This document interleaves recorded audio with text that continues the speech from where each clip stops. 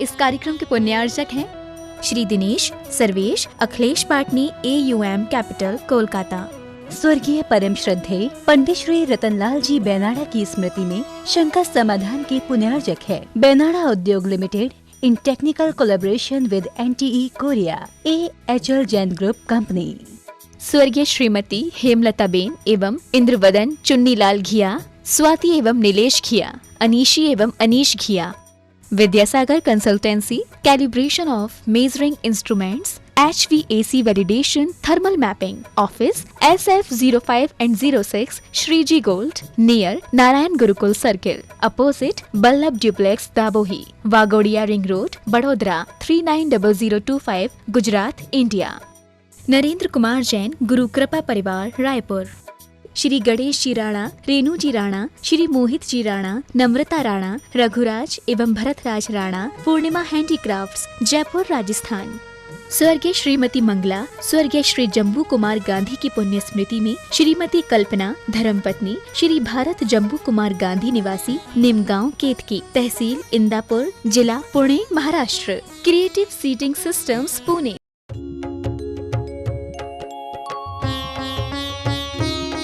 शंका समाधान।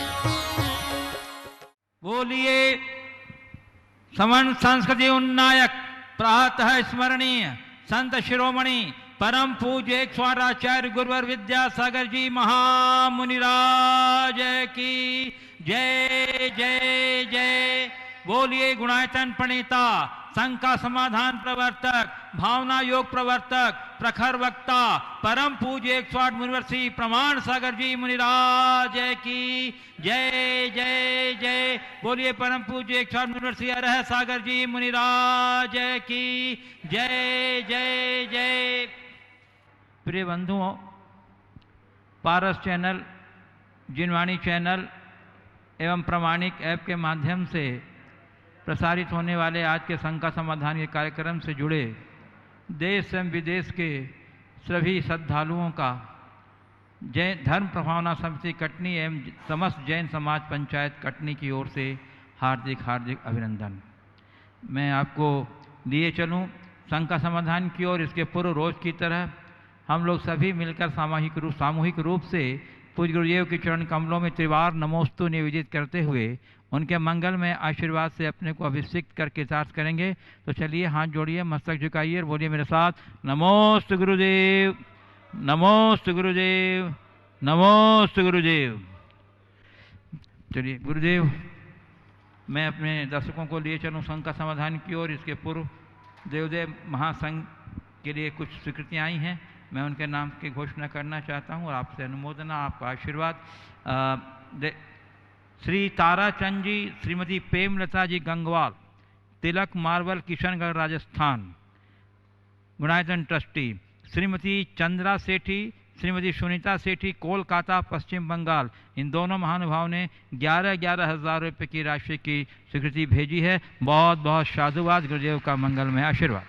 अब चलिए इसी साथ मैं आपको लिए चलता हूँ शंका समाधान की ओर। और प्रथम प्रश्न मैं प्रस्तुत कर रहा हूँ गुरुदेव। कोतमा जिला अनूपपुर मध्य प्रदेश से डॉक्टर पारुल जैन कह रही हैं, महाराज जी मेरी शंका यह है कि कुछ वर्ड्स हैं जो पेयर में होते हैं, पेयर में, जोड़े में होते हैं, लाइक दिन रात, सुख दुख, सरल कठिन आदि। बट महाराज जी इनका मीनिंग अपोजिट होता है और ये एक बार में कोई एक ही होता है।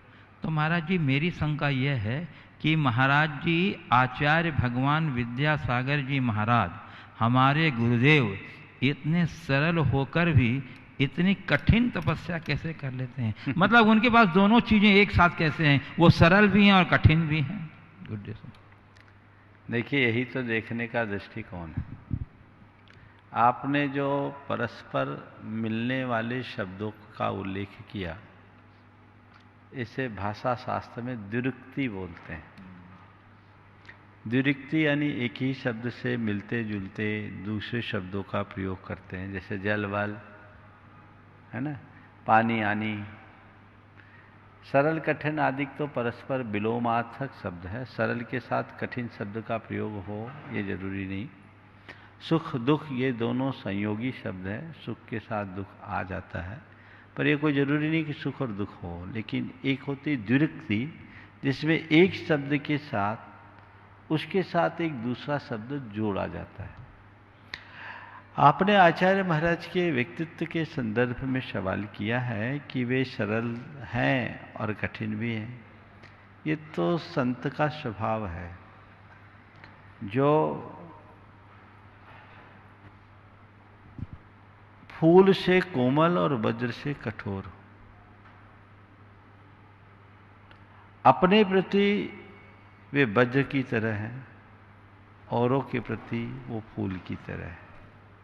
यही महान आत्माओं के व्यक्तित्व की विशेषता होती है, और यही विशेषता उनके जीवन को ऊंचा उठाता है। वे महान हैं, इसलिए उनके साथ ये सब होना स्वाभाविक है। पूज्य गुरुदेव, इंदौर मध्य प्रदेश से श्री ऋखभ चंद मोदी कह रहे हैं, महाराज श्री हम देख रहे हैं कि अनाथालय, महिला उद्धार केंद्र, वृद्धाश्रम आदि बढ़ रहे हैं, तो गुरुदेव इनका बढ़ना क्या जनता की सुविधा है या नैतिकता का पतन? जनता की सुविधा या नैतिकता का पतन? हाँ। कभी कभी यह सोचकर संतोष होता है कि ये केंद्र नहीं होते तो इन दुखियारों का क्या हश्र होता, किंतु नैतिक सुधार पर ध्यान नहीं जाता। ऐसा क्यों होता है, कृपया समझाएं। देखिए, अनाथाश्रम, वृद्धाश्रम आदि का खुलना एक तरफ से तो हमारी संवेदनाओं को प्रकट करता है, और दूसरी तरफ हमारी संवेदनहीनता को भी प्रदर्शित करता है। जो लोग अनाथालय आदि खोल रहे हैं, वे मानवीय दृष्टि से एक पवित्र कार्य कर रहे हैं। उन लोगों को आश्रय दे रहे हैं जिन्हें उनके जन्मदाताओं ने ही लावारिस छोड़ दिया, या काल के प्रकोप ने जिन्हें अनाथ बना दिया। अनाथाश्रम आज से नहीं, हर युग में रहा है। कभी किसी को काल का आघात सहना पड़ा तो कोई दयावान, करुणावान, उदार व्यक्ति आकर के उनको संरक्षण दिए और उन्हें पाल पोस करके बड़ा किया। ये संवेदना हमारी संस्कृति में हमेशा से रही है और रहनी भी चाहिए। बदलते दौर में इनकी संख्या बढ़ना भी हमारी संवेदनशीलता को प्रकट करता है, लेकिन इनकी संख्या, अनाथालयों में रहने वालों की संख्या बढ़ना हमारे समाज के विकृत चेहरे को प्रकट करता है। ये संख्या दिनों दिन बढ़ रही है, वो चिंता का विषय है। सोच बदलनी चाहिए, और जब तक हम सोच नहीं बदलेंगे समाज की तस्वीर को ठीक नहीं किया जा सकता। पूज्य गुरुदेव, कानपुर उत्तर प्रदेश से गुणायतन ट्रस्टी श्री भानु प्रकाश पाटनी कह रहे हैं, गुरुदेव आपने अपने उपदेश में कहा भ्रम में संसार के जीव जी रहे हैं। संसार के जीव भ्रम में जी रहे हैं, लेकिन गुरुवर भ्रम तो अच्छा और बुरा दोनों तरह का होता है। आस्था भी एक तरह का भ्रम ही है। जीव को तो अपने कर्मों के हिसाब से फल भोगने पड़ते हैं, परंतु दान धर्म के पुण्य से जीव अपने कार्यों को सफल मानता है। क्या यह भी एक भ्रम है? कृपया बताएं। सवाल बिल्कुल अलग दिशा में चला गया। सबसे पहला तो आपने जो ये कहा है कि भ्रम तो अच्छा और बुरा भी होता है, मेरे मानने में यही एक भ्रम है। भ्रम भ्रम होता है, वो कभी अच्छा नहीं होता, वो बुरा ही होता है। जब हम भ्रम से मुक्त होकर भ्रम से बाहर निकलते हैं, तभी हमारा या किसी का अच्छा होता है। तो हमें चाहिए कि हम भ्रम से मुक्त हों। जहाँ तक हम पुण्य पाप को अपनाते हैं और पुण्य पाप को अपना करके जीवन जीते हैं, उसे ही यदि धर्म मान ले तो ये भ्रम होगा। आपके वाक्य को सुधारता हूं। भ्रम तो अच्छा भी होता है ऐसा कहने की जगह अच्छे का भी भ्रम हो जाता है, ये कहना ज़्यादा अच्छा है। हम बुरे को भी अच्छा मानने का भ्रम पाल लेते हैं। वो भ्रम जब तक टूटेगा नहीं, तब तक हम धर्म का वास्तविक लाभ लेने में समर्थ नहीं होंगे। तो हम धर्म के वास्तविक स्वरूप को समझे और सब भ्रम से मुक्त होकर बाहर निकले, तभी हम सत्य का साक्षात्कार कर सकेंगे। पूज्य गुरुदेव, सिडनी ऑस्ट्रेलिया से श्रीमती नम्रता जैन कह रही हैं, आजकल मैं मोक्ष मार्ग प्रकाशक ग्रंथ का स्वाध्याय कर रही हूँ। उसके चौथे अधिकार में प्रयोजनभूत और अप्रयोजनभूत पदार्थ के वर्णन में यह लिखा है कि किसी भी बात का ज्ञान होना जरूरी नहीं है, श्रद्धान होना जरूरी है। तो गुरुदेव, यहाँ मेरी शंका यह है कि किसी भी बात का ज्ञान हुए बिना श्रद्धान कैसे हो सकता है? कृपया मेरी शंका का समाधान कीजिए। देखिए, ज्ञान होना और श्रद्धान होना अलग अलग बातें हैं। जान लिया ये केवल जानकारी है, और श्रद्धान हुआ यानी अंदर से स्वीकृति है। हमें जानकारियाँ तो बहुत है, लेकिन जिसे हम जानते हैं उसके प्रति श्रद्धा हो ये कोई ज़रूरी नहीं। और बहुत सारी बातें ऐसी हैं जिनके बारे में हमें विशेष ज्ञान नहीं है, पर हमारी श्रद्धा पक्की है, और वो श्रद्धा ही हमें उस क्रिया में, उस कार्य में, उस प्रसंग में लीन करती है, और उसी के बल पर हम अपना आनंद भी लेते हैं। जैसे जहर खाने से आदमी मरता है, आपको इसका ज्ञान है या श्रद्धान? हाँ, ज्ञान नहीं है। खा के देखा है क्या? ये क्या है? श्रद्धान। कोई तुम्हें कभी भी कहे तो भैया जहर तो मैं नहीं खा सकता, ये मेरा अकाट्य श्रद्धान है, क्योंकि जहर खाएंगे तो मर जाएंगे। इस जहर में है क्या मुझे कुछ पता नहीं, लेकिन मुझे इतना पता है कि जहर खाए तो मरे, ये श्रद्धा। इसी तरह आत्मा की स्वरूप के बारे में हमें ज्यादा जानकारी ना भी हो, पर श्रद्धा हो कि मैं आत्मा हूं और शरीर से भिन्न हूं, हमारा कल्याण होगा। शिवभूति मुनिराज को तो यह भी पता नहीं था कि मैं आत्मा हूं। उन्होंने तो केवल इतना जाना ये शरीर तुच्छ है और आत्मा मांस यानी दाल है, छिलका अलग और आत्मा रूप दाल अलग। जो व्यक्ति आत्मा इस शब्द को भी नहीं जान सके, लेकिन श्रद्धान के बल पर अपना कल्याण कर लिए, तो किसी वस्तु का ज्ञान मात्र पर्याप्त नहीं है, श्रद्धान पर्याप्त है, और हमें ज्ञान से ज्यादा बल श्रद्धान को देना चाहिए। पूज्य गुरुदेव, कटनी मध्य प्रदेश से प्रमोद कुमार जैन कह रहे हैं, गुरुदेव, जिस प्रकार स्फटिक मणि के पीछे कृष्ण वर्ण की वस्तु रख देने से स्फटिक कृष्ण वर्ण का प्रतीत होता है, यह तो पक्की श्रद्धा है। यह वर्ण पर का है, स्फटिक का नहीं है। गुरुदेव, प्रश्न यह है कि अपनी जीवन शैली में इस सिद्धांत को कैसे प्रकट हो कि मेरा आत्मद्रव्य स्फटिक के समान स्वच्छ है, कर्म आदि पर वर्ण है। बात बिल्कुल सही है, और यदि गहराई से विचार करें तो हमें इसकी प्रतीति भी हो सकती है। स्फटिक मणि जैसे स्वच्छ है, पर उसके सामने जो पदार्थ रखा जाए वो तद्रूप परिणमित हो जाता है। काली वस्तु रखने से काला, लाल वस्तु रखने से लाल, नीली रखने से नीली, पीली रखने से पीली, उसका कालापन, नीलापन, पीलापन, लालपन ये नैमित्तिक है, ये उसका स्वभाव नहीं।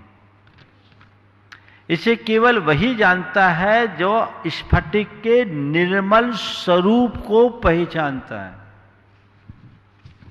हमारी आत्मा भी निर्मल स्फटिक के भांति है, उसका स्वभाव केवल जानना और देखना है।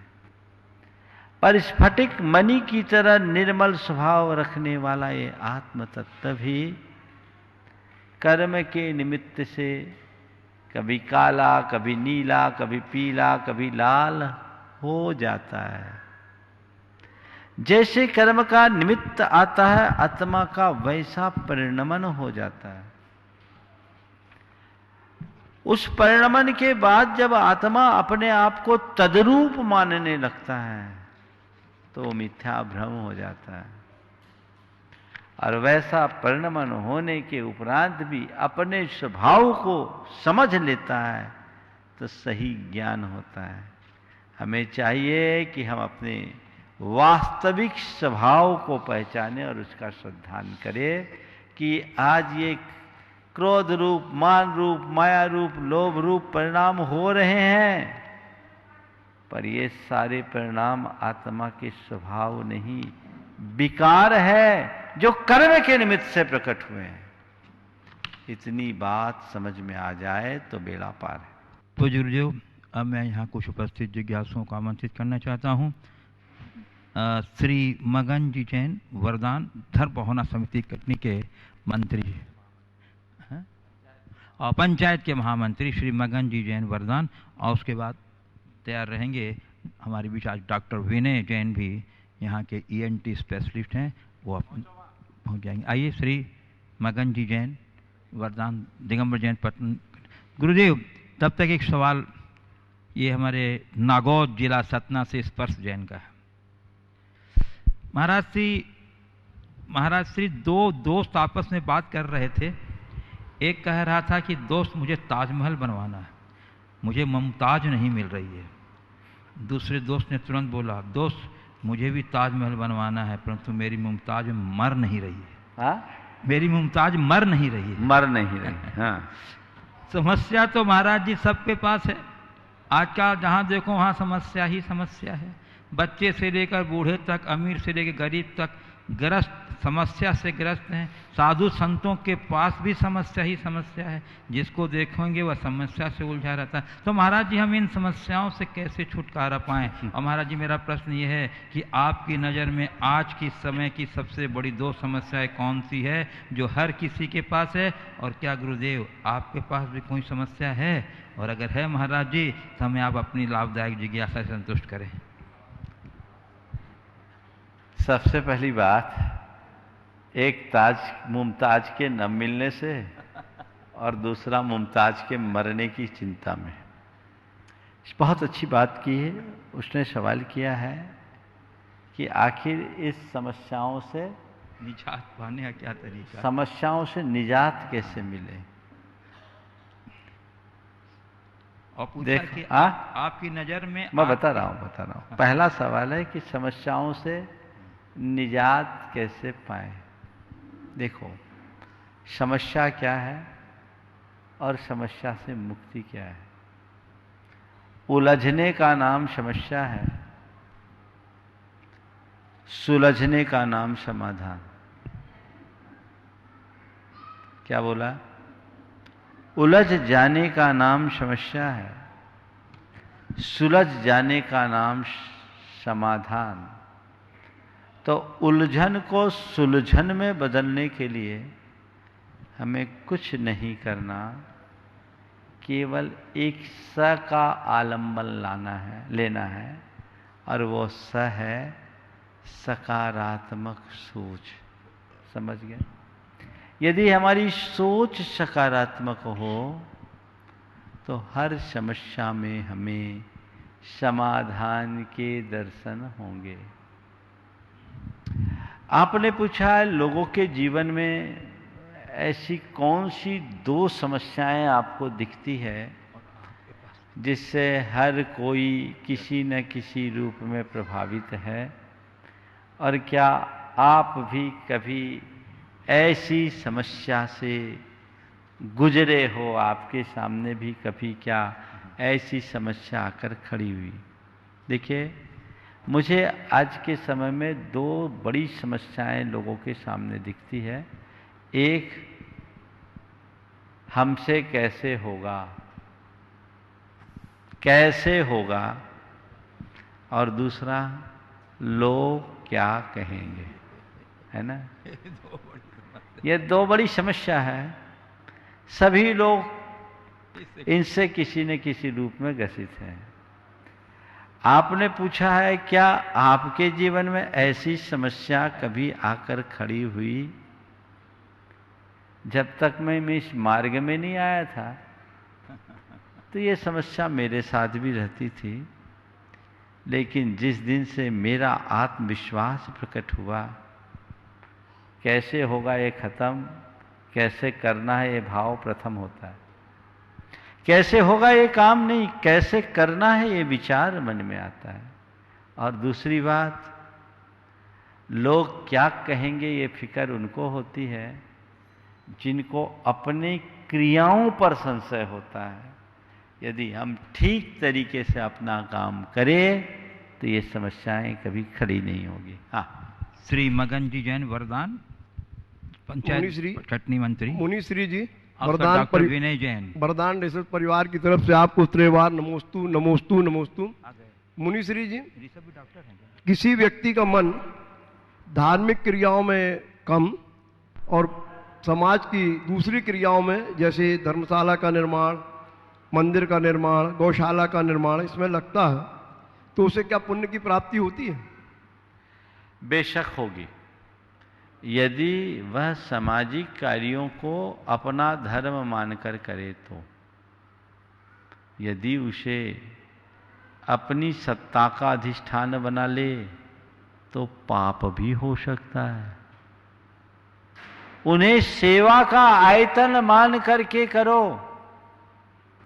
इसमें मैं अपना समय और योगदान देकर अपने जीवन को कृतार्थ कर रहा हूं, ऐसा मनोभाव अगर है तब तो बड़ा पुण्य है। और उसे अपनी प्रतिष्ठा का आधार बनाकर दांव पेच, तिकड़म और सब तरह की राजनीति जोड़ दो तो बड़ा भयावह हो। समझिए। डॉक्टर विनय जैन कटनी, उसके बाद आ जाएंगे श्री ऋषभ जी जैन। डॉक्टर ऋषभ जैन। गुरुदेव के चरणों में त्रिबार नमोस्तु नमोस्तु। चूँकि वर्तमान समय कोरोना पैंडेमिक का है और इसलिए मेरा प्रश्न भी उससे संबंधित है। थोड़ा माइक को निकट कर लो। हाँ, वर्तमान समय में सुन लिया बोलिए। हजारों की संख्या में लोग रोज इन्फेक्ट हो रहे हैं और लाखों की संख्या में इन्फेक्ट हो रहे हैं, हजारों की संख्या में मृत्यु हो रही है। अभी तक उसका कोई डेफिनेटिव ट्रीटमेंट नहीं है। तो जो बेस्ट पॉसिबल ट्रीटमेंट है वो यूनिवर्सल मास्किंग है और 6 फीट की डिस्टेंसिंग है। तो अगर आपके मंच से ये बात बोली जाएगी तो इसका एक अलग इम्पैक्ट रहेगा। बिल्कुल। देखने में ये भी आया है कि लोग बाग मास्क तो लगाते हैं, पर जब उसकी सबसे ज़्यादा ज़रूरत होती है लगाने की, जब हम एक दूसरे से बात करते हैं तो 10 टाइम्स ज़्यादा वायरस निकलता है, तो उस समय लोग मास्क निकाल लेते हैं। तो कोई उसका यूज नहीं है लगाने का। आप लगा रहे हैं चाहे नहीं लगा रहे हैं, उसकी कोई वैल्यू नहीं है। बिल्कुल ठीक है। और दूसरी चीज़ है, जैसे ये तो हो गया प्रिवेंशन वाला एस्पेक्ट। दूसरा एस्पेक्ट है कि अगर मान लो हो जाता है तो हम उसको अर्ली स्टेज में कैसे डिटेक्ट करें। तो ABC नाम का 3 प्रोटोकॉल है। A मीन्स एयर या ऑक्सीजन। आपको लगता है कि हमें खांसी, बुखार या बॉडी एक या वीकनेस जैसे लक्षण हैं, ये सजेस्टिव ऑफ कोरोना है।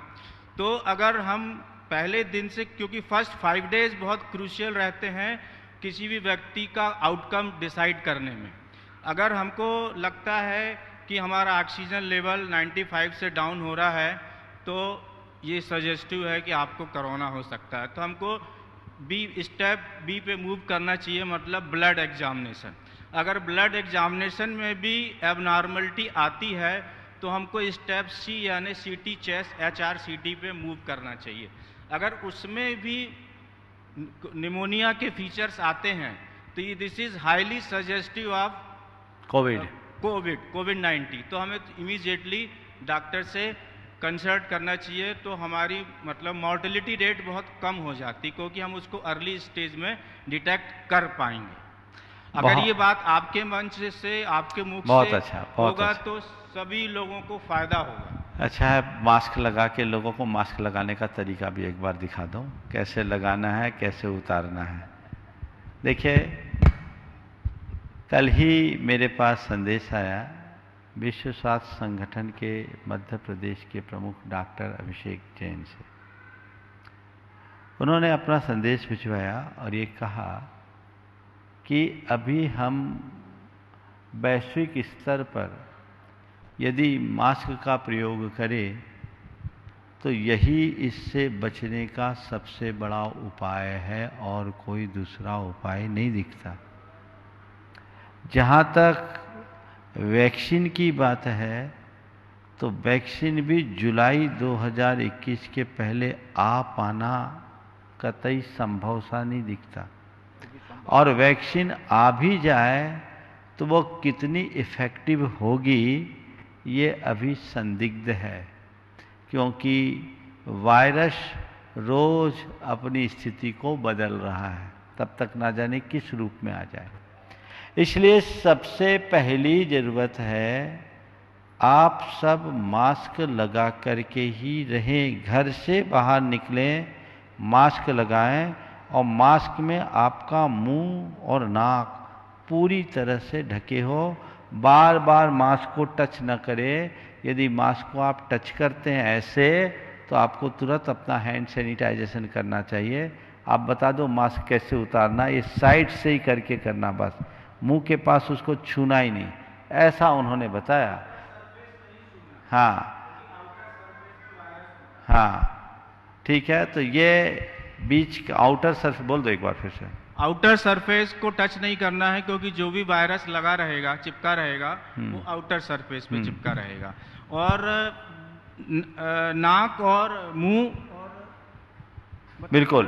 तो मैं आप सबसे कह रहा हूं कि ये मास्क को आप प्रयोग करें, आप और सामने वाला दोनों अगर मास्क लगाए हैं और 6 फीट की दूरी बनाए हुए हैं, 6 फीट की दूरी, 2 गज की दूरी आप बनाए हुए हैं, तो 99% आप बचे हैं।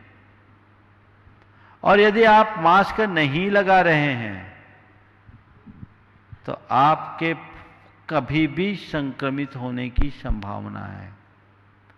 इसलिए मैं बोलता हूं, अब तो धंधा पानी कब तक बंद करोगे, ऑफिस से कब तक दूर रहोगे, मास्क लगाओ और मस्त रहो।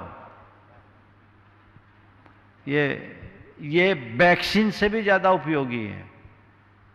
इसलिए लोगों को मुंह पट्टी का पूरा ध्यान रखना चाहिए। अभी भी गांव शहरों में ज़्यादातर लोग मास्क का प्रयोग नहीं करते, ऐसे ही घूमते हैं। साफ साफ कहना है सभी का कि घर से बाहर निकलते ही मास्क का प्रयोग कीजिए और नाक भी ढकिए, तब आप सुरक्षित रहेंगे, अन्यथा नहीं। और दूसरी बात, आपने जो ABC की पद्धति का अनुसरण करने की बात की है वो बिल्कुल सही है। इसलिए ये जैसा अभी बताया गया, ऑक्सीजन को चेक करना, ब्लड टेस्ट कराना, CT स्कैन कराना, ये तीनों बातों को ध्यान रखना चाहिए। और प्रारंभिक स्तर से अगर आपने इसको देख लिया तो इस महामारी से आप बहुत आसानी से बच सकते हैं। ओम। डॉक्टर ऋषभ जैन जी, मैं आमंत्रित कर रहा हूँ श्री सुधीश जैन, आभा जैन, कोयला ग्रांटन ट्रस्टी, पप्पू जी के नाम से जिन्हें हम जानते हैं, और ये धर्म भावना समिति के सह संयोजक भी हैं। आ जाइए सुधीश जी जैन, सब परिवार आ जाइए। और उसके बाद तैयार रहेंगे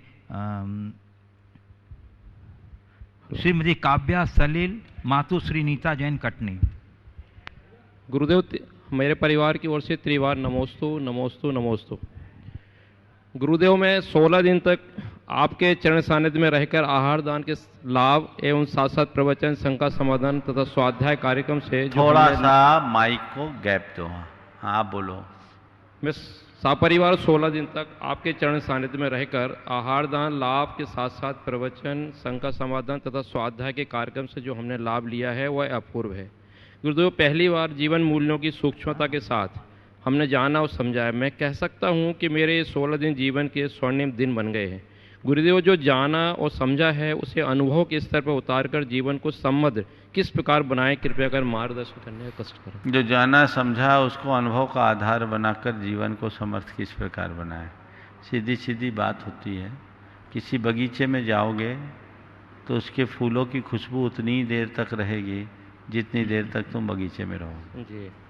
अब बगीचे के बाद भी तुम अगर खुशबू से अपने आप को तरोताज करना चाहते हो जी तो उसका एक ही उपाय है, फूलों का इत्र निकालो और एक शीशी में भर लो, जब जियाए ढक्कन खोलो और अपने आप को तरोताज कर लो। तो जो फूल तुमने चुने हो उसका इत्र अपने साथ रखो, पूरा जीवन सुखी हो। नमस्कार। श्रीमती काव्या सलील, मातु श्री नीता जैन कटनी और सेवा तैयार हैं कुमार आयुष जैन कटनी। नमोस्तु गुरुदेव। आजकल बच्चे बहुत जल्दी मैच्योर हो रहे हैं गुरुदेव, जिसके कारण समय से पूर्व उनका बचपन छिनता जा रहा है। तो गुरुदेव, ऐसे में हमें अपने बच्चों की किस प्रकार परवरिश करनी चाहिए कि उसकी मैच्योरिटी और बचपन के बीच संतुलन बना रहे। इसका एक ही उपाय है, घर ताकि में समय से पूर्व वह बिल्कुल इसका एक ही उपाय है कि घर परिवार में बच्चों को बचपन जैसा वातावरण दे। पहले संयुक्त परिवार होता था और फिर लोगों का सहजीवन होता था, मोहल्ले पड़ोस से लोगों का नाता होता था, अनेक बच्चे एक साथ खेलते उठते थे। अब घर में एक ही बच्चा है, अब क्या होगा? तो इसका एक ही सॉल्यूशन है, बच्चे के साथ माँ बाप थोड़ी देर रोज बच्चा बन जाए। और माँ बाप अगर बच्चे बन करके बच्चों के साथ समय दें तो बच्चों का वो बचपना सुरक्षित होगा और वही उनके भावनात्मक विकास का आधार भी बने। नमोस्तु महाराज। डॉक्टर ऋषभ जैन कटनी और उसके बाद आज हमारे बीच भोपाल से डॉक्टर राजेश जैन यहाँ पधारे हुए हैं, जो भोपाल में निर्मित महावीर अस्पताल जो बनने जा रहा है उसके प्रमुख निर्देशक और डायरेक्टर। ऋषभ नहीं है? ऋषभ जी आ जाइए। चलिए डॉक्टर श्री राजेश जी जैन भोपाल। महाराज श्री के चरणों में त्रिवार नमोस्तु। महाराज जी, आपने हमेशा समझाते हैं जीवन कैसे जिए। आप हमेशा समझाते हैं कि जीवन कैसे जिए। जीवन जीना एक कला है, तो वो कला जब बहुत सारा वर्कलोड हो तो उस कला को कैसे उपयोग में करें वो आप ज़रूर समझाएं। खास करके चिकित्सकों के ऊपर जिस तरह से लगातार प्रेशर, जिस तरह कोरोना वायरस के आने के बाद और तेज़ी से बढ़ रहा है, और जिस तरह से लोगों में जो पहले भय था वो धीरे धीरे भय भी ख़त्म हो रहा है, और जबकि इन्फेक्टिविटी डेफिनेटली की रिकवरी रेट बहुत अच्छी हो गई, 85% के आसपास है, मॉर्टिलिटी 1.5% से नीचे आती जा रही है। ये निश्चित ही बहुत अच्छी शुभ संकेत है। मर चूँकि जिस तरह से फिर एकदम से कैजुअलिटी होती है तो उसका किस तरह से अभी लोगों को आपका संदेश रहेगा। हम डॉक्टर फ्रेटर्निटी आपसे इस बारे में एक अच्छा संदेश चाहेंगे। बहुत अच्छा सवाल आपने किया है। देखिए, जब हमारे ऊपर काम का प्रेशर ज़्यादा हो उस समय हमें अपना संतुलन बनाना ज़्यादा जरूरी है। उसके लिए 4 उपाय करना चाहिए। सबसे पहले थोड़ी देर के लिए मेडिटेशन करना चाहिए। अगर आप मेडिटेशन कर देंगे तो आपकी काम करने की क्षमता ज़्यादा बढ़ेगी। हर व्यक्ति को चाहिए, कितना भी व्यस्त हो, मैं तो कहता हूँ मोबाइल से जितना ज़्यादा आप काम लेते हो उसको उतनी जल्दी चार्ज करना होगा। और मेडिटेशन के लिए कोई ज़रूरी नहीं है कि आप एक जगह बैठ कर के 20-25 मिनट के लिए मेडिटेशन करें। जब आपको लगे कि हम काम से थक रहे हैं, कुछ पल के लिए आंखें बंद करो, अपने मन को विश्राम दो और मैं शुद्ध आत्मा हूँ, सभी शुद्ध आत्मा हैं, सभी पवित्र हैं और सबकी सेवा के निमित्त मैं यहाँ आया हूँ। मुझे सबकी सेवा करनी है। सब स्वस्थ रहें, सभी सुरक्षित रहें, मैं स्वस्थ रहूं, संसार स्वस्थ रहे, सबका परिवार स्वस्थ रहे, सभी सुरक्षित रहें। ये भावना और ऐसे संकल्प 5, 7, 10 बार दोहराए, उससे आपके अंदर काम करने की क्षमता भी बढ़ेगी और रुचि भी बढ़ेगी। दूसरी बात, इसी कार्य को ऐसे समय में जब आपके पास काम ज़्यादा आए तो उसे आप अपनी एक तपस्या माने कि अभी ये मेरा प्रोफेशन ही नहीं, मेरी ये तपस्या है, मुझे एक तपस्या की तरह ये काम करना है। और वाकई में चिकित्सकों का एक तपस्वी जैसा रूप अभी प्रकट होकर आया है। तो मेरी ये तपस्या है, ये सोच रखे। तीसरी बात, अपने मन में सकारात्मकता को विकसित करे ताकि किसी तरह का फ्रस्ट्रेशन हावी ना हो। और चौथी बात, काम करते करते थोड़ा संगीत का आनंद लेना शुरू करते हैं। समझ गए? ये प्रक्रिया अगर आप अपनाते हैं तो इससे निश्चित काम के बोझ से दबे, खासकर आपने चिकित्सकों के लिए बोला है तो मैं उन्हीं के लिए कह रहा हूँ, उनके ऊपर कुछ सकारात्मक प्रभाव पड़ेगा और वो काम अच्छा कर सके। भारत जी, एक चीज़ थी, आपका कहना बिल्कुल सत्य है। एक मार्च से लेकर के आज अक्टूबर आ चुका है और सैकड़ों मरीजों को हम देख रहे हैं जो कोरोना से पीड़ित हैं।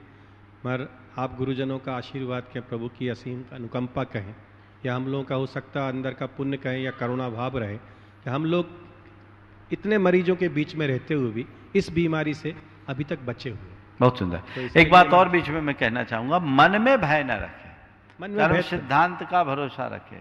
हम अच्छा करेंगे, अच्छा का फल अच्छा होगा, और जब हम दूसरों को अच्छा करते हैं तो हमें भी सब अच्छा करेंगे। ये भाव चिकित्सकों को होना चाहिए। मैं बहुत सारे ऐसे चिकित्सकों से भी मिला हूँ, इसी दौर में मिला, जिनका मन बड़ा भयातुर रहा है, कहीं मुझसे कुछ हो न जाए, मेरे साथ कुछ हो न जाए। एक बात ध्यान रखना, अगर तुम्हारे साथ होना होगा ना तो भले चंगे बैठे रहोगे तो भी निपट जाओगे, और नहीं होना हो तो हमने तो 105 साल तक के लोगों को बाहर निकलते देखा है। ये इनकी 95 साल की दादी माँ ना, हाँ माँ, पप्पू की माँ 95 साल की, और कोरोना से संक्रमित हुई, ठीक होकर आ गई। तो यही तो चीज़ है जिसे हमें समझना है। इसके प्रति जितनी अपेक्षित सावधानी है वो हमें अपनानी चाहिए और बिल्कुल निडरता पूर्वक, निर्भीकता के साथ ये काम करना चाहिए। नमस्ते महाराज जी, नमस्ते। डॉक्टर ऋषभ जैन कटनी, उसके बाद तैयार रहेंगे श्री पंचम जैन कृषि विकास केंद्र कटनी, और उसके बाद Shrimati Kirti Mukesh Jain metro Delhi united trustee. नमस्ते महाराज जी। महाराज जी, मैं अपने बिलहरी क्षेत्र के बारे में, उसके महत्व के बारे में कुछ आपसे जानना चाहता हूँ, और उसको कैसे और आगे ले जा सकते हैं, उसको कैसे और विकसित कर सकते हैं, उसके बारे में जानना चाहता हूँ। देखिए, बात बिल्कुल अच्छी उठाई है ऋषभ भाई ने, चूँकि ये बिलहरी के हैं और बिलहरी से इनका जुड़ाव है। वाकई में बिलहरी जैन संस्कृति की एक बहुत बड़ी धरोहर वहाँ छिपी हुई है। बिलहरी एक ऐसा क्षेत्र है जहाँ एक साथ 32 जिन प्रतिमाओं को तो भूगर्भ से हमारी उपस्थिति में निकाला गया है 2003 में। 18 दिन का वहाँ प्रवास था, उसी अवधि में निकला। मंदिर बनकर तैयार है, प्रतिष्ठा होनी है। लोगों को मैं बिलहरी के बारे में इतनी बात कहना चाहूँगा, एक से एक प्राचीन प्रतिमाएं बिलहरी में कभी 100 मंदिर हुआ करते थे, 108 मंदिर हुआ करते थे। अभी कुछ मंदिरों के भग्नावशेष वहाँ जरूर दिखाई पड़ते हैं, बाकी सब ध्वस्त कर दिया गया। ऐसा कहा जाता है कि वहाँ की जो सड़क बनी वो मूर्तियों के टुकड़ों से बनी है।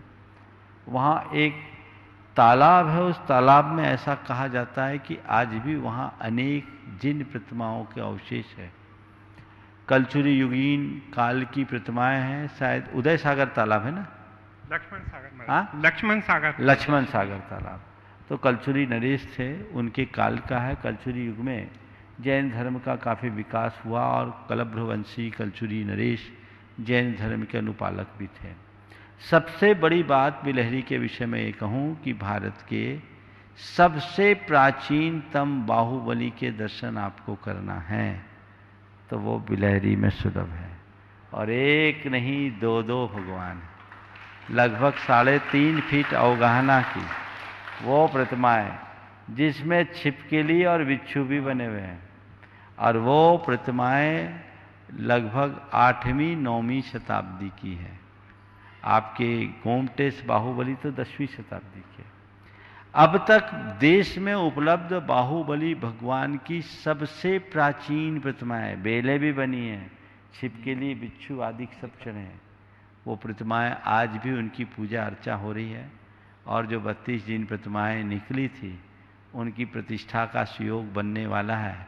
भावना भा करके रखें, और निश्चित जब भी लोग इधर आए, कटनी की समाज तो जुड़ी हुई है ही, कटनी से अगर कुंडलपुर या बोहरी बन जाए तो बिलहरी होकर के भी आया जाया जा सकता है, रास्ता पड़ता है।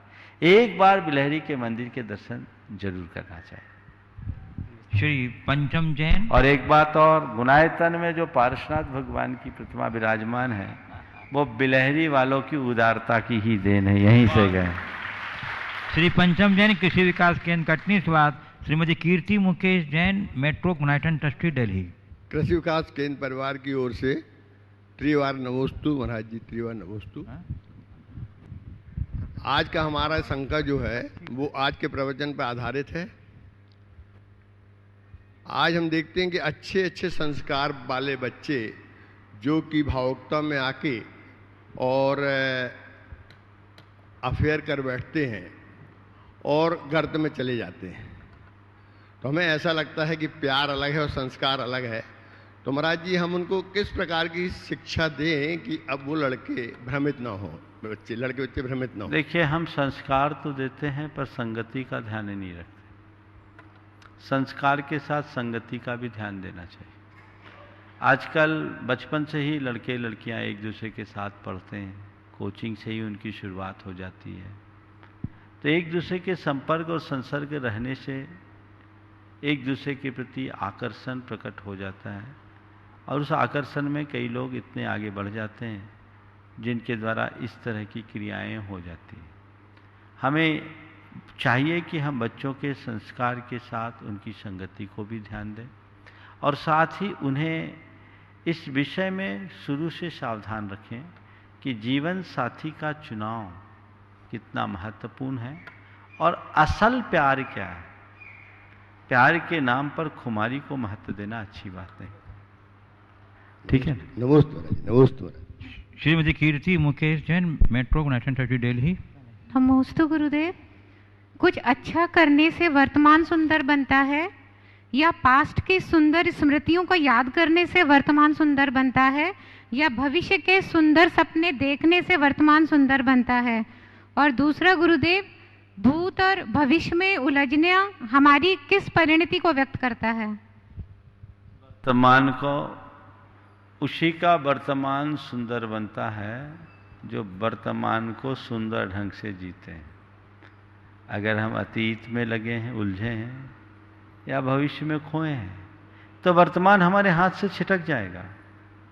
हमें अतीत की स्मृतियों का अनुभव लेना चाहिए और भविष्य की कल्पना को साकार करने का संकल्प करते हुए उसकी शुरुआत वर्तमान से करनी चाहिए। वर्तमान के नींव पर ही भविष्य का महल खड़ा होता है। कल्पनाओं के आकाश में कोई महल नहीं बन सकता। इस सत्य को सभी को समझना चाहिए। गुरुदेव ने बहुत अच्छा हाइकू लिखा। भूत सपना, वर्तमान अपना, भावी कल्पना। तो अपना क्या है? वर्तमान, उसी में रहो, वर्तमान। नमस्ते गुरुदेव। पूज्य गुरुदेव, प्रामाणिक समूह की शंका समाधान टीम की कोऑर्डिनेटर सुकृति जैन ने कुछ प्रश्न भेजे हैं गुरुदेव। उनका जी उनका प्रथम प्रश्न है गुरुदेव, मेरी जिज्ञासा यह है कि अन्य धर्मों के साधुओं की अपेक्षा जैन मुनि नग्न क्यों रहते हैं? आज की सामाजिक व्यवस्था में अन्य धर्म के लोग जैन मुनियों की इस तपस्या को सकारात्मक रूप से नहीं देखते हैं। ऐसे में हम किस प्रकार लोगों में इसके प्रति जागरूकता ला सकते हैं? किस नियम की वजह से जैन मुनि कपड़े का त्याग करते हैं, और क्या कपड़े पहनकर साधना नहीं हो सकती? देखिए, बात सही है। अन्य साधु भले निर्वस्त्र न रहते हों, पर जैन साधना में दिगंबरत्व की अवधारणा अत्यंत प्राचीन काल से है। वैदिक युग से ही दिगंबर साधुओं का विचरण इस धरा पर चलता रहा है। खुद वेदों में वात रशन और वात मशन वशन मुनियों की जो चर्चा है वो दिगंबर मुनियों की है। पौराणिक काल में भी दिगंबर मुनियों की बड़ी महत्ता और प्रतिष्ठा हमारे समाज में रही है। मैं एक प्रसंग आपको कहता हूँ कि जब श्री कृष्ण कुरुक्षेत्र की ओर रथ लेकर जा रहे थे तो रास्ते में एक पर्वत पर एक दिगंबर मुनि के दर्शन हुए। तो श्री कृष्ण ने अर्जुन को आश्वस्त करते हुए कहा था कि अर्जुन, चिंता मत करो, सर्वा विजयमयी यात्रा निर्गंथो अत्र दृश्यते। हमारी यात्रा निश्चित रूप से विजयमयी होने वाली है, क्योंकि सामने निर्गंथ मुनि दिख रहे हैं। तो ये निर्गंथों की महिमा वैदिक काल से ही हमारे देश में रही है। आज भी बहुत सारे साधु जन जो जैन साधना से दूर हैं, जैन नहीं है, जैन साधक नहीं है, पर वे भी दिगंबरत्व को अपनाते हैं और उनके यहाँ उसे एक आदर्श साधना के रूप में देखा जाता है। जैन धर्म मूलतः निर्गंथ धर्म है और दिगंबरत्व को साधना का मूल आधार बताया। इसके पीछे दो मूल भावनाएं हैं, अहिंसा और वीतरागता। हम अगर अपने जीवन में अहिंसा की पूर्ण आराधना करना चाहते हैं और अपरिग्रह को पूरी तरह आत्मसात करना चाहते हैं, तो हमें चाहिए कि हम अपने पास तिल तुस मात्र भी न रखें। अगर कुछ भी हम रखते हैं वस्त्र आदि, तो उनके धोने, साफ करने, उनका प्रबंध करने में हमारा बहुत सारा समय भी जाएगा, शक्ति भी जाएगी और जीवी हिंसा भी होगी। साथ ही उनके संरक्षण का व्यामोह हमारे मन को चंचल बनाएगा, हमारे मन में दुख उत्पन्न करेगा। एक कहावत है, फांस तनक सी तन को साले, चाह लंगोटी की दुख भाले। लंगोटी की चाह भी हमारे लिए बहुत दुख देती है, इसलिए तिल तुस मात्र भी न रखो, और यही वीतरागता का साधन है। आत्मस्थ होने के लिए निर्गंथ होना जरूरी है और उसके लिए इस रूप आना। दूसरी बात, जैन साधना करने का मतलब है अपने प्राकृतिक रूप की ओर लौटना। प्रकृति ने हमें दिगंबर जन्म दिया, नग्न नहीं, दिगंबर, यानी चर्म रूप वस्त्र प्रकृति ने हमें दिया है। हम इस चर्म के बल पर अपनी सारी मर्यादाओं को सुरक्षित रख सकते हैं। प्रकृति के आश्रित जितने भी प्राणी हैं सब दिगंबर रहते हैं, लेकिन जब हम उन्हें सहज दृष्टि से देखते हैं तो उनका निर्वस्त्रपना हमें कभी चुभता नहीं है, सहज स्वीकार होता है। ऐसे ही दिगंबर मुनि है, जिसे प्रकृति ने जिस रूप में जन्मा उस रूप में वो आने का प्रयास करते हैं। अपने प्राकृतिक रूप में रहना, प्रकृति के साथ तादात्म्य बना करके जीना, यही दिगंबर साधना का मूल अभिप्रेत है। अपनी सारी लज्जा मर्यादाओं को अपने इस मुद्रा के साथ ढांक लेना, दिगंबर हो जाना यानी नग्न नहीं, दिशाओं को अपना वस्त्र बना करके जीना है। नग्न होना कोई बड़ी बात नहीं है, नग्न तो भोगी विलासी भी होता है। जो नग्न हो निर्विकार नहीं रह सकता, पर जो दिगंबर होगा वो निर्विकार भी होगा। दिगंबरत्व तो निर्विकारता का आधार है। इसी से प्रेरित होकर गांधी जी ने कभी कहा था, दिगंबरत्व मनुष्यता का आदर्श है। ये गांधी जी के शब्द है। दिगंबरत्व मानवता का आदर्श है, ये मनुष्य का आदर्श रूप है। इसे हमें समझने की जरूरत है। जो ये चीजें समझते हैं उन्हें कहीं कोई कठिनाई लगती। मेरे संपर्क में एक एडवोकेट महिला थी। उसने कहा कि महाराज जी, एक अपने कुछ मित्रों को लेकर के आई, वकील मित्रों को लेकर आई। बातचीत हुई, चर्चाएं हुई। वो लोग बड़े सारे एडवोकेट थे और बड़े लीडिंग प्रैक्टिशनर्स थे। चर्चाएं होने के बाद जब सब संतुष्ट हुए, उसके बाद उन्होंने एक रहस्य खोला। बोले महाराज जी, पहले तो उन लोगों से बोला आप लोगों को कैसा लगा? बोला बहुत अच्छा लगा, हमारी सारी धारणा बदल गई। मैंने कहा मामला क्या है? बोले महाराज जी, ये लोग हमसे प्रश्न करते थे कि आपके साधु नंगे क्यों रहते हैं।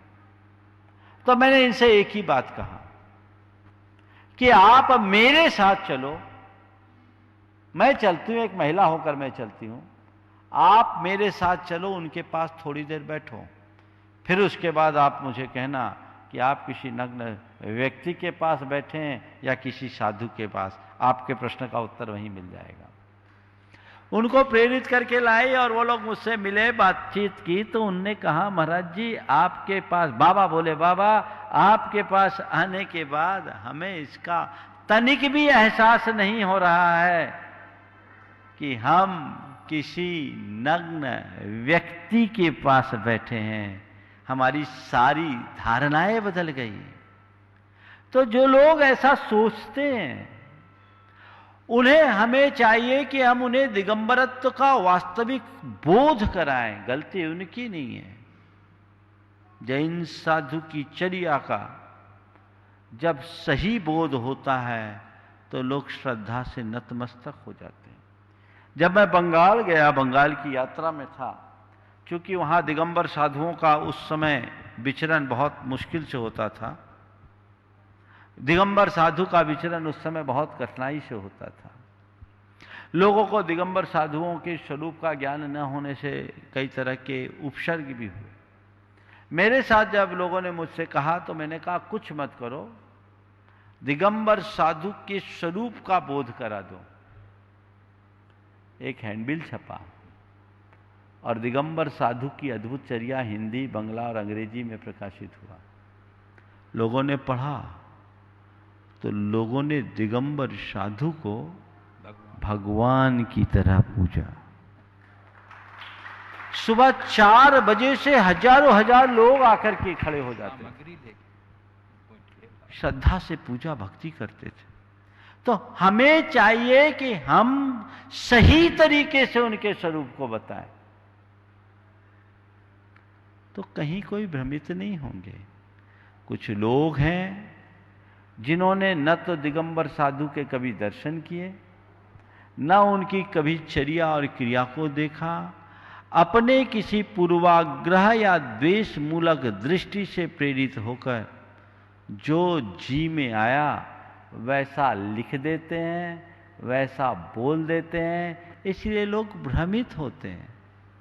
सत्य को समझिए, तब आपको बातें समझ में आएगी। दिगंबर साधु आज समाज में रहते हैं तो वो समाज की मर्यादाओं को सुरक्षित और संरक्षित करने में अपना योगदान दे रहे हैं। उनसे अश्लीलता फैल नहीं रही, बल्कि अनाचार मिट रहे हैं। ये दृष्टिकोण सबका होना चाहिए। ऐसा दृष्टिकोण यदि विकसित होगा तभी हम अच्छा कुछ कर सकेंगे, अन्यथा नहीं। इसलिए हमें अच्छा करने की अच्छी पहल करनी चाहिए। मैं आमंत्रित कर रहा हूं श्रीमती अर्चना जैन बड़गांव, और जब तक सतना से हमारे बीच उपस्थित कुमारी ईरिया जैन, पारस ट्रेडर सतना, गुणायतन ट्रस्टी, और उन्हीं के साथ आ जाइए कुमार आदि जैन, फैशन गाइड। नमोस्तु गुरुदेव। बोलो। गुरुदेव, मेरा यह प्रश्न है कि गुरुदेव, मैं एक दिन जाप दे रही थी, तभी मेरे सामने एक दादी गिरने वाली थी, तो मैं जाप छोड़कर उनको संभालने चली गई। तो गुरुदेव, पर महाराज जी मैं वापस आके भी अपनी फिर से पूरी जाप दी। तो गुरुदेव, मेरा यह प्रश्न है कि मैंने सही किया या गलत? तुम्हें 2 नहीं 4 जाप का पुण्य मिलेगा। एक तो 2 जाप तुमने की, एक के बाद दोबारा जाप की, उसका पुण्य, और किसी को बचा लिया, उसका डबल पुण्य। कोई बुराई नहीं है, जरूर किया। नमोस्तु गुरुदेव। आदि जैन। नमोस्तु गुरुदेव। कहते हैं कि आयुबंध एक बार होता है और गतिबंध हमेशा होता है। पूरी आयु में चारों गति के बंध के परिणाम होते हैं। थोड़ा आराम से बोलो, ठीक से बोलो। हाँ, कहते हैं कि आयुबंध एक ही बार होता है, हाँ, और गतिबंध हमेशा होता है। इसका उत्तर अनेक बार मैंने दे दिया है, और इतना ही है कि आयुबंध जीवन में एक बार होता है। गति और आयु बिल्कुल अलग अलग है। आयु एक बार बन जाती है तो बदलती नहीं है, उसके अनेक प्रक्रियाएं हैं। बता चुका, समय आप सबका हो गया। यहीं पर विराम। बोलिए परम पूज्य आचार्य गुरुवर श्री विद्यासागर जी महाराज।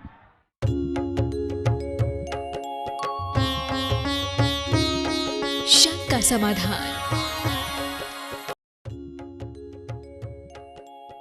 इस कार्यक्रम के पुण्यार्चक थे श्री दिनेश, सर्वेश, अखिलेश पाटनी, AUM कैपिटल, कोलकाता। स्वर्गीय परम श्रद्धेय पंडित श्री रतनलाल जी बेनाड़ा की स्मृति में शंका समाधान के पुण्यार्चक है बेनाड़ा उद्योग limited in technical collaboration with NTE Korea, AHL Jain group company. स्वर्गीय श्रीमती हेमलता बेन एवं इंद्रवदन चुन्नीलाल घिया, स्वाति एवं नीलेश घिया, अनीशी एवं अनीश घिया।